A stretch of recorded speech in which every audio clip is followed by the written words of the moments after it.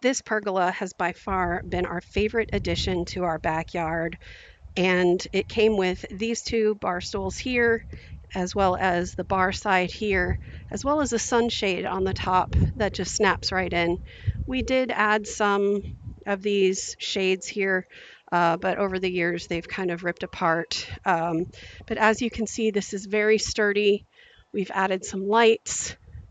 We've had this pergola now for about 4 years. We did seal it, and it has held up. We've never had any issues with it, and it just looks beautiful. This year I'm focusing, oh, there's a little lizard friend. This year I'm focusing on making some vining plants grow up either side of it.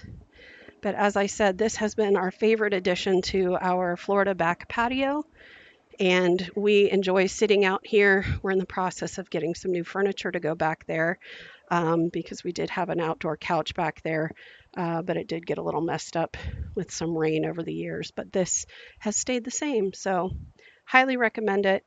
And like I said, we've had it for about 4 years and it's done very, very well. Could probably use to be pressure washed and maybe stained again, but overall, we've been very happy with it.